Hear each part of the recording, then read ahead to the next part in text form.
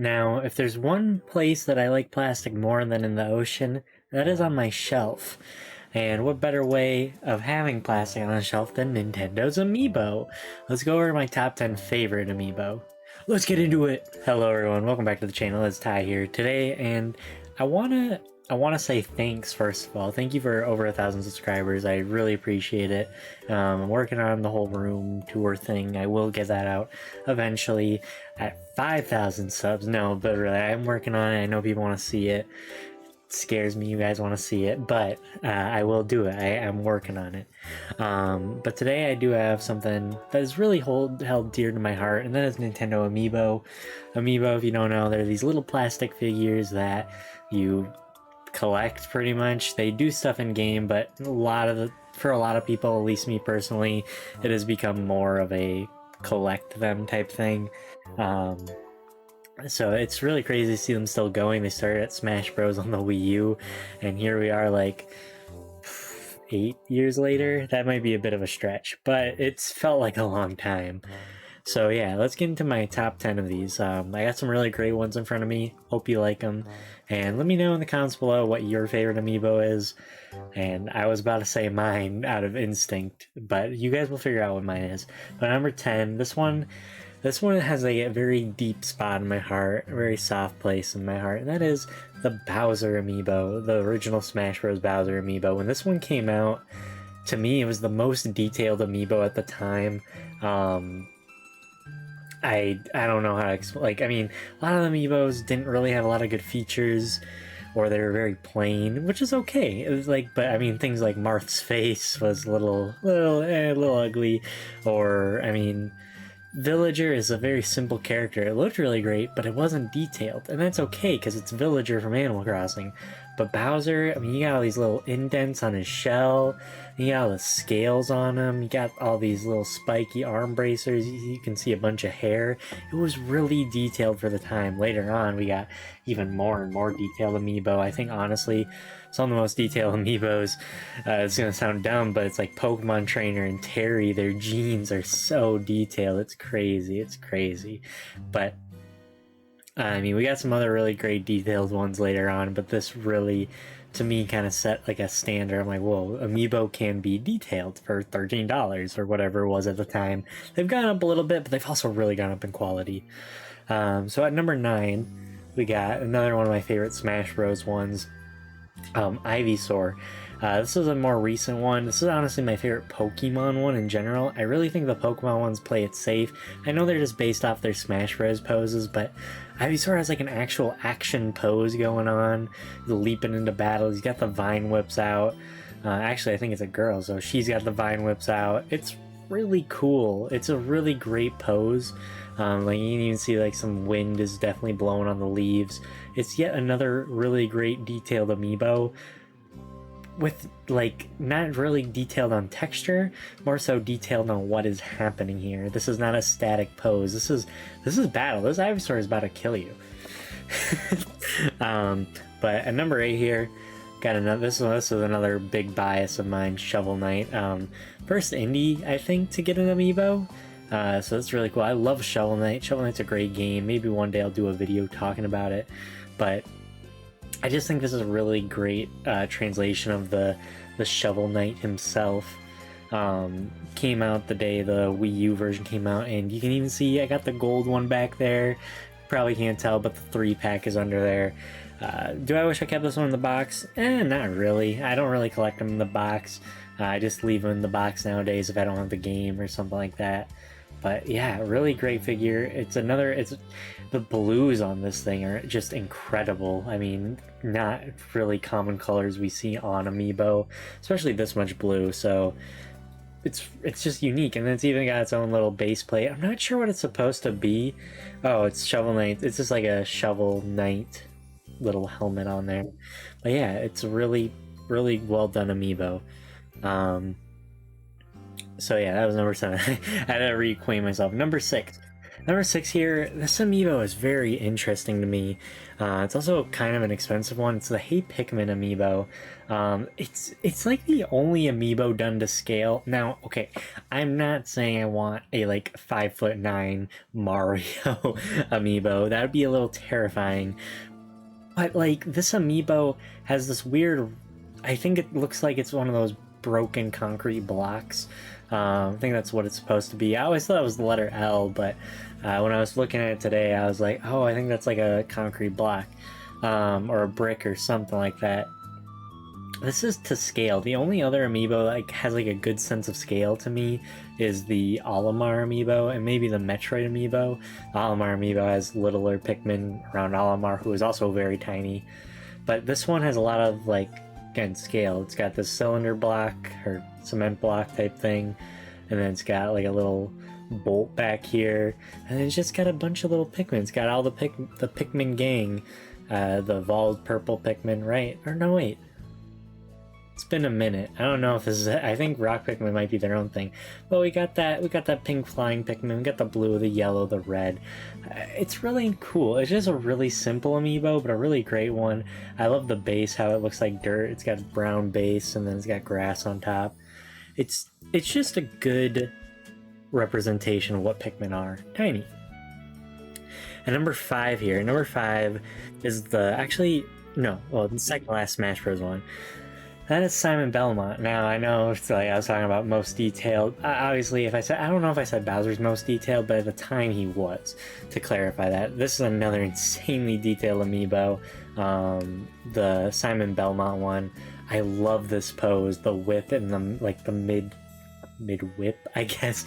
And he's got it would be really hard to focus on his face, but the face is actually pretty good. He doesn't look totally dead in his eyes, but all the clothing on him is so textured. You can like rub your finger along it and you just feel like all these little bumps and crevices. It is just an incredible amiibo. He has a very particular outfit, I guess you'd say. He uses a lot of fluffing, a lot of stitching going across it, and it just looks really good. The reason why I didn't put Richter is because his pose is a little more chilled. He's got like his whip like wound up at his side rather than this action pose, so that's kind of why Simon goes a little bit of extra step for me, I guess. It makes it look more fun. And number 4 here, I'm trying to grab it. Number 4 here, wait, did I miscount? Did I say that was number 5, that last one? That was number 6. My bad. I was like, wait, I thought I grabbed 10, my 10 favorites. This is number 5. Number 5 is this 8-Bit Link one. 8-Bit Link is such a cool one.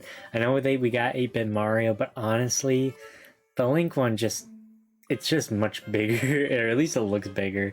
And I think it's just got a lot more going on. He's walking instead of jumping out of the pipe. I do admit the pipe bases the other ones have are cool. I really hope we get more 8-bit ones, but it doesn't seem like we will. But he's got the Master Sword. I'm not really sure if it's supposed to be the Master Sword, but he's got some sword. He's got his shield with Jesus, the power of Jesus. Actually, from this angle, it kind of looks like he's holding a Bible. I will say from this view, it's funny looking at his nose. Got a big nose. And my one thing about it does get dirty, all these little crevices, like cracks, I guess. Not cracks, but there's a little place for everywhere for dust to lie. But still a really cute amiibo. It's got a lot of weight to it.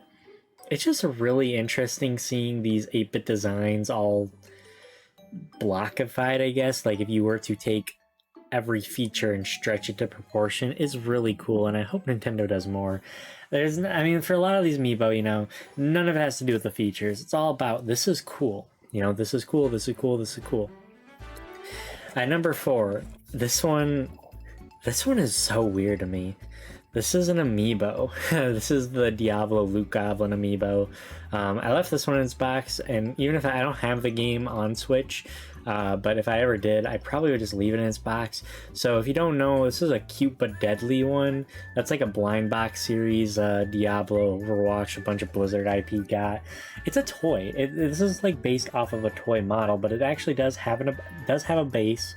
and I don't really know what this did exactly. Nowhere on the box ever indicated it. This came out in 2018, so it came out for the Switch game, but I mean, this is just so weird. The most, like, this is not an amiibo in a way. This is a toy with an amiibo base, if that makes sense. Like, if I showed you this and I showed you Ivysaur, I mean, you can kind of see them all belonging, but this just has much different art style than any other amiibo, really. Because it's a toy with a totally different art style in the first place. Hopefully that makes sense, but that's why it's so high. It's something weird. So that was number 4 for y'all. Number 3. This is the part that kind of took a while for me, but at number 3, I got the Metroid amiibo. This is also, I did mention actually when I was talking about the Pikmin scale, it's really cool seeing the Metroid crawl out of its capsule. And it's really interesting. I'm not going to do it too hard, but you can squeeze it. I don't like really squeezing it. I'm scared I'll rip it because this is an insanely expensive amiibo. It's like one of the most expensive amiibo. I think it does become like the most expensive amiibo if you don't count like the Japanese only amiibo, which I personally don't really count that towards my collection because they're just insanely expensive. Maybe one day I'll get around to getting them, but at the moment I don't really count them because I just count mine as a North American set. But it is just so interesting that they went this route, and if you're curious why it's so expensive, it's got like a special extra harder difficulty attached to it for Metroid on the 3DS. So keep that in mind if you're trying to get all that content. And number 2, we got the BanjoKazooie amiibo, the last Smash Bros. Amiibo on this list. I love BanjoKazooie, and they just did a great job paying homage to the series. I love that they didn't give him some invisible base to hold him up. They used a Jiggy piece. Such a good touch. The Jiggies are so iconic to the BanjoKazooie series. If BanjoKazooie wasn't enough, including the little Jiggy on there was chef's kiss. It's really good. And the designs for these characters themselves, they chose the really great pose from the game for it. It's hard to pick up on camera, but the backpack, it even looks like it's like, I guess, jean textured, whatever you want to call it. There's like little bumps going all across it. Kazooie looks really cool coming out the back. They even gave the little rare logo on there. That's so cool. It is so well done and really just exemplifies what this game's all about. All this beautiful color and all this joy, and they're heading towards their next destination. And number 1, this amiibo is something else, I'm telling you. The Guardian amiibo. This one I don't feel like it's talked about enough, partially because it is pretty hard to get nowadays. I don't really know what it would run you, but you don't really see it in stores ever. I think it occasionally will get a restock every now and again when a Zelda title comes out that supports amiibo. If I'm not mistaken, I believe it's gotten some restocks, but yeah, the legs, they bend, they got wires in them or something. I really wish this didn't have a base, if I'm being honest. I wish this was built in, or that it was put more inside of it, because I don't like that they did where you can see some groundbreaking. That's my one thing, my one gripe about this amiibo is the base. But other than that, I mean, most of the time when I'm showing someone this, I'm holding it like this. I have it displayed in a way where it's kind of angled so you can't really see it too well. This is just really cool, and I do think one of the most detailed amiibo in a sense, where if you look at it, it looks like it's made of stone. Like you can see all these like bumps on here kind of, and all this like lights going around the sides and such. It just looks really cool. It just got such a neat feature being able to display it, and you could have him just like fighting some other amiibo, or you could have him toppled over. I mean, I guess if you had him toppled over, the base looks kind of cool. Looks like maybe he's breaking on this, like crashing the side of a wall or something. But honestly, I like trying to have him stand up, and that's why I don't really like the base. I wish this part was hidden in the back, so if I displayed it forward, I didn't have to see all these rocks. Ooh, that was a lot of amiibo. So there you guys go. That's my favorite amiibo.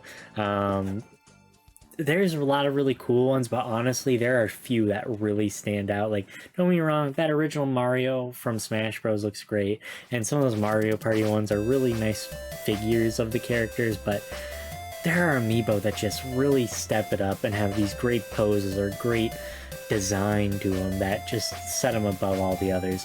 But let me know in the comments below. Tell me how wrong I am. Tell me how #1 should have definitely been Golden Mario. And I'll be like, you know what? I'll think about it next time.